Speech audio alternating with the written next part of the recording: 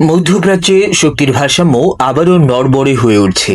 United states ইরাকের উপর আর্থিক ও নিরাপত্তা চাপ বাড়াচ্ছে, যা নতুন করে উদ্বেগ তৈরি করছে পুরো অঞ্চলে। এই উত্তেজনার কেন্দ্রে রয়েছে central bank of Iraq. Dollar নির্ভর এই অর্থনীতি এখন অনিশ্চয়তার মুখে, কারণ ওয়াশিংটন ডলার প্রবাহে কড়াকড়ি আরোপ করছে বলে ধারণা করা হচ্ছে। যদিও পুরোপুরি বন্ধের বিষয়টি নিশ্চিত নয়, তবুও সামান্য সীমাবদ্ধতাই ইরাকের বাজারে বড় ধাক্কা দিতে পারে। কিন্তু বিষয়টা শুধু অর্থনীতি না, এটা প্রভাব বিস্তারের লড়াই। এর ঠিক আগেই ইসমাইল কানি, যিনি ইসলামিক রেভলিউশনারি গার্ড কর্পসের কুদস ফোর্সের প্রধান, নীরবে বাগদাদ সফর করেছেন।